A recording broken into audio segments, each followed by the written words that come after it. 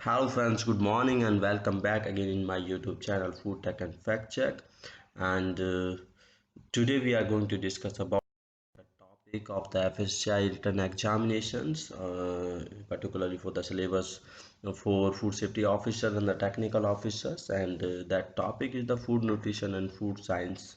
Sorry, food nutrition and food consciousness, and that topic falls under the part C, food science and nutrition.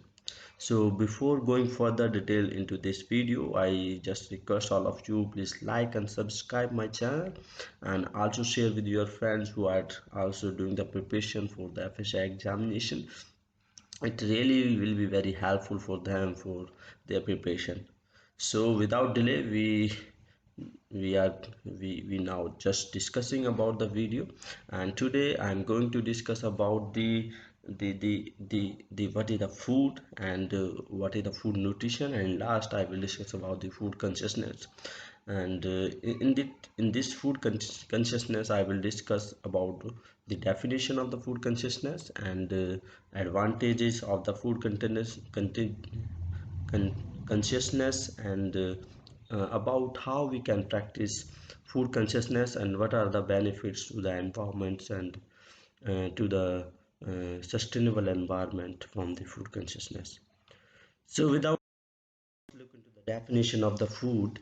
So what is the meaning of the food? So food means means anything we eat or drink to meet the body's physiological and psychological needs. Physiological needs means food provides us energy for our day-to-day activities, and bodybuilding means for the repairment or the for the growth of our cells, or uh, our muscles. And repair means to healing of our bones, and to healing and to repair our injuries. And protection means it also improve the immunity of our bodies to protect against the any type of infection or disease. So anything that actually nourishes our body is known as the food. If we are talking about the FSSI or FSSA Act 2006 definition of the food, so food means anything, whether it is raw, processed, uh, cooked form, which provides us such energy and nutrition. But in that category, tobacco is not involved. So tobacco doesn't come into the category of the food, while water and the chewing gum is now comes under the category of the food, because chewing gums have the sugar, and that I think sugar provides us some energy. So as per the definition, chewing gum comes under the category of the food as per the FSA Act. So actually is the process why which body actually absorb the nutrients or gain the nutrients from the food to meet its physiological needs, or to nourish our body, or to maintain a healthy life or healthy body. So now functions of the nutrition. So what are the various function of food nutrition? So there is generally two main function of the nutrition. First one is to provide material for the growth and repair of tissues that eventually maintains the basic structure of our body. Here the material means to provide some nutrient, means nutrients like vitamins, minerals, proteins, carbs, and etc. And for the growth of our body, for the growth of our cells and tissues, and to maintain the healthy life. And second one is to support the body with the energy required to perform all metabolic activities.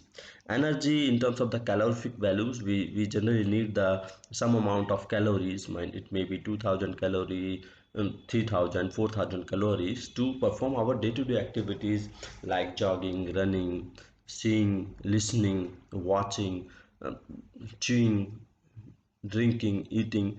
In any forms body actually utilize the energy. So it provides the required energy to perform all metabolic activities. It also include the digestion process. It also include the sleeping. During the sleeping we also utilize the energy. So the main function is first one to provide the nutrients for the regular or for the good health management, and second one is to provide the energy. So now about the nutritional status. So any person's nutritional status is two types generally, whether the person's falls under the good nutrition category and whether and another one is the malnutrition category. So actually nutrients are very essential elements for the normal functioning of our body, and in the lack of the nutrients our body not able to work properly, or even in the excess of nutrients there some deficiencies or results occurs, means some negative results occur into our body. So nutrition deficiency results in overnutrition, malnutrition and undernutrition. So if we are talking about the nutrition status, so two types generally, that is one is the good nutrition and second one is the malnutrition. So under the malnutrition there is the further subcategories. First is the undernutrition and second is the overnutrition. So if we here talking about the malnutrition, malnutrition means inappropriate amount of the inappropriate intake of the nutrients, means whether maybe we have a lack of nutrients in our body or maybe over or excess amount of nutrients in our body. In both condition that is known as the malnutrition. And undernutrition means when some person have a lack of nutrients, means maybe vitamins issue, vitamins deficiency, mineral deficiency, or maybe protein deficiency or like that. Our nutrition means when we consume or intake nutrients in a more than the required amount, then it is known as the overnutrition, like the obesity, and the weight gain is the generally reflects the overnutrition. So if we now we differentiate between the undernutrition and the overnutrition. So undernutrition is deficiency of one or more nutrients, means lack of or deficiency of one or more nutrient into the body, and while in the other hand the overnutrition is excess of one or more nutrients. And second one difference is that in undernutrition is the that state of nutrition in which the quantity and the quality of food is not sufficient for the body and is deficient in one or more nutrients. And while in the overnutrition it is the state of nutrition in which the intake of nutrients is in excess of body needs quantitatively as well as qualitatively, causing adverse effect on the body. And the third one in the undernutrition, almost all the nutrients are below the requirement. The condition is known as the undernourishment. And while in the overnutrition all the nutrients above the means high, means above the requirements, and it is known as the overnutrition. And fourth one, an undernourished person manifests symptoms of deficiencies and feels unwell. And in that the various significances of the undernutrition, like the body weight is reduced down, body have a less immunity against the infections, body weakness, and remains have a health issue or illness.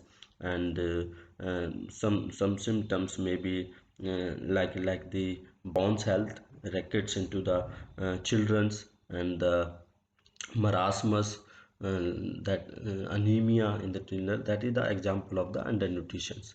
While in the overnutrition the people suffers from various diseases like the obesity, and the overweight problems, uh, hypocholesterol maybe, like that. So now about the food consciousness. So what is the food consciousness? So food consciousness word is derived from the uh, mindful eating, or we can say that the purposeful eating or the conscious eating. So if we look into the definition, there is not any particular perfect definition for that, but I have taken a definition from the some good sources from the internet. So first one is that it means food consciousness means mindful eating, or we can say is that eating with intention and attentions, making good choices and awareness about healthy foods. While second definition is the consciousness means paying attention at the time of eating with all of our senses, seeing, tasting, hearing, smelling and feeling, and witnessing the emotional and physical responses that take place before, during and after eating experiences. So food to choose foods that not only satisfy our hunger but also nourish our body.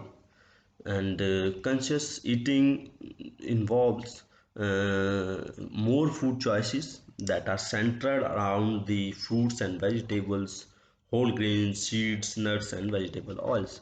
Means in conscious eating generally plant based diets are more preferably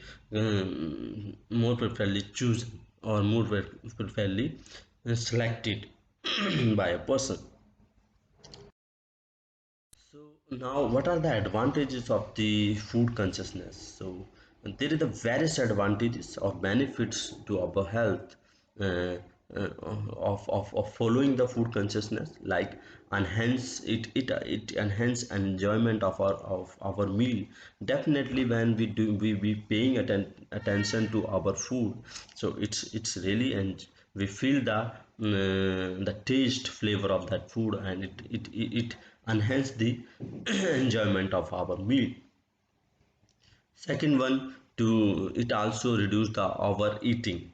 Means when we are consuming our meals in a very hurry, or in a very fast manner, so definitely it also increase it also it also increase the overeating. So by the food consciousness it reduce down the overeating. Second one is to it improves the digestion. Definitely when we take the meal in a very means very, not in a too much hurry, in a very cool manner, or we can say the very slow ways, or in a small eating, so definitely it improves the digestion. And third one, it improves our physiological relationship with the food. And last one is it reduce, means fifth one is reduce the anxious thoughts surrounding the food. Now the question is how we can practice the food consciousness or conscious food eatings. So it is a very simple. So first step in that always take your meals at a time, not at a run, means not in a hurry and worry, and give proper time, meal time to your foods, and minimum take out 15 minutes to sit down and enjoy your meal. And second one is to come to the table with an appetite.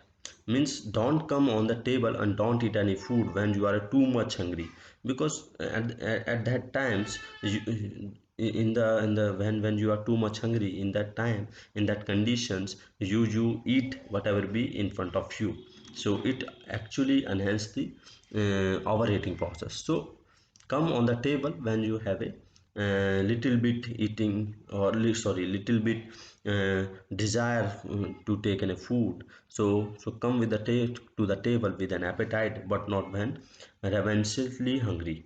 And the third one, bring all your senses to the meal and avoid distraction while eating. Means whenever you consume your food, your attention should be on your food, and you should be avoid various distraction activities like watching TV, use of the phone and the laptop, and driving during the eating, walking, talking, uh, and listening music and like that.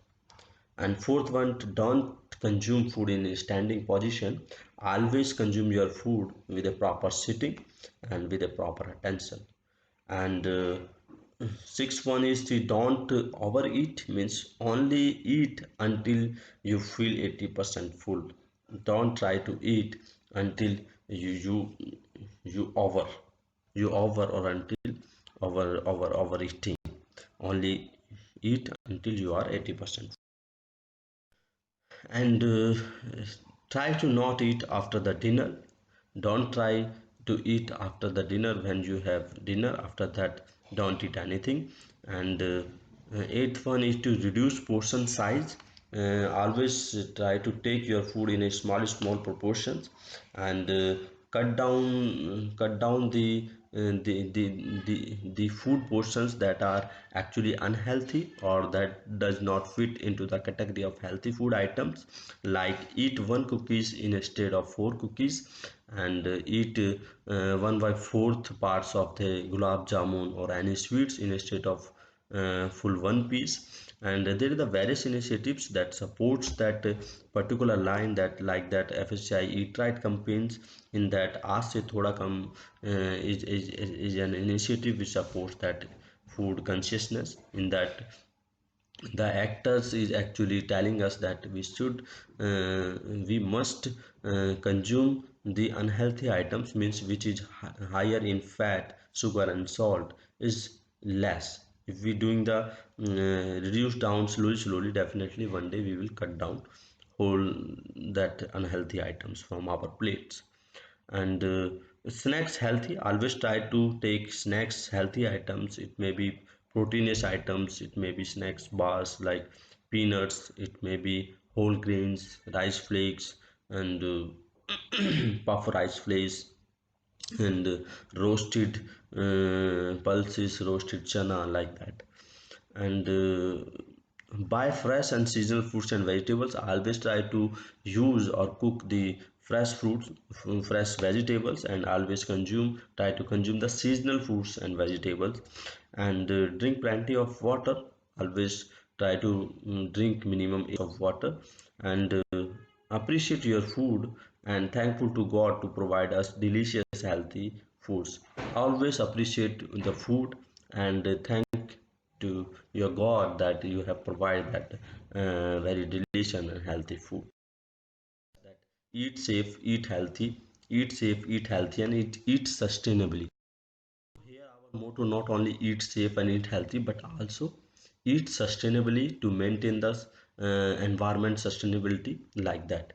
So, according to the renowned health organization, low consumption of the fruits, grains, and vegetables, and higher consumption of the animals products actually heightens the or increase the risk of various diseases such as obesity, diabetes, cancer, and directly related to the very serious environmental problems including deforestation and the excessive water use. So by the unconscious, we can say that and just recently we're talking about the food consciousness. So why there is need? Because due to the food unconsciousness, when we are not paying attention, or and we are not consuming food within some good attention, so in that conditions there is the various type of lifestyle disease actually occurs into our body, like the cancer, like the obesity, and like the diabetes, hypertension, cardiovascular disease, etc. So to reduce down, or to reduce down the burden of that type of lifestyle disease in India or in the world, the people should practice the habit of the food consciousness. Now, if we are talking about the food sustainability, so according to the United Nations, the livestock sector represents 14.5% of all humans induced greenhouse gas emission. Research from the Indian Institute of Technology IIT Delhi has also calculated that methane emission from the Indian livestock were 15.3 million tons in 2012, and the methane is a potent greenhouse gas. So emission from the India's large livestock population have a significant impact on the global climate change. Means when we nowadays people are more shifting towards the plant based diet to the animal based diet. Due to that, we have to feed our livestock, we have to grow the livestock. So due to that livestock, actually it's the higher livestock production, it actually have the direct effect on the methane emissions. So if we are reduce down the animal products, so definitely we are also help to reduce down the global climate change and the production of the methane gas or methane emission into the environment. So by the food consciousness, we also help the environment.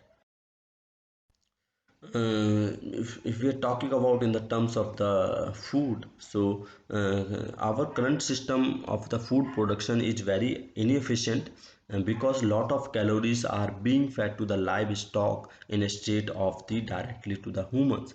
As a result, world hunger is constantly rising. It means nowadays the peoples are more shifting from the plant-based diet to the animal-based diet. So due to that, the we are need to produce more livestock. Definitely, when the people's choices has been changed, they are more like the animal product diet. So definitely, the food manufacturers and the farmers and the other producers, food producer, are actually feeding the livestock. Or in India, to raise the livestock, generally more of the grains and cereals actually feed to the livestock instead to the directly to the humans.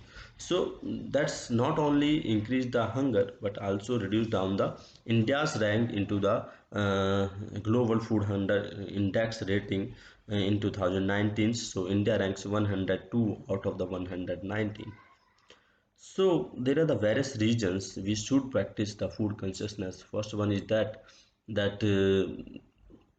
to reduce down the various lifestyle diseases or non-communicable diseases, and second one is that to reduce down the methane emission, and third one is that to reduce down the calories or the to save the cereals and pulses or the foods that we are actually feeding to the animals or livestock for their raising or the production. So, what are the benefits we will get when we became more conscious, food conscious, or we we change our animal-based diet or we adopt the plant-based diet? So, it generally reduce down the cholesterol levels. Definitely, when we consume the plant-based diet, so definitely it helps to reduce down the cholesterol level, because the animal products, most of the animal products have the higher cholesterol into animal products like that. And it also reduce down the risk of the various types of the cancers. It also helps to lower rates of hypertension. It also lower rates of obesity.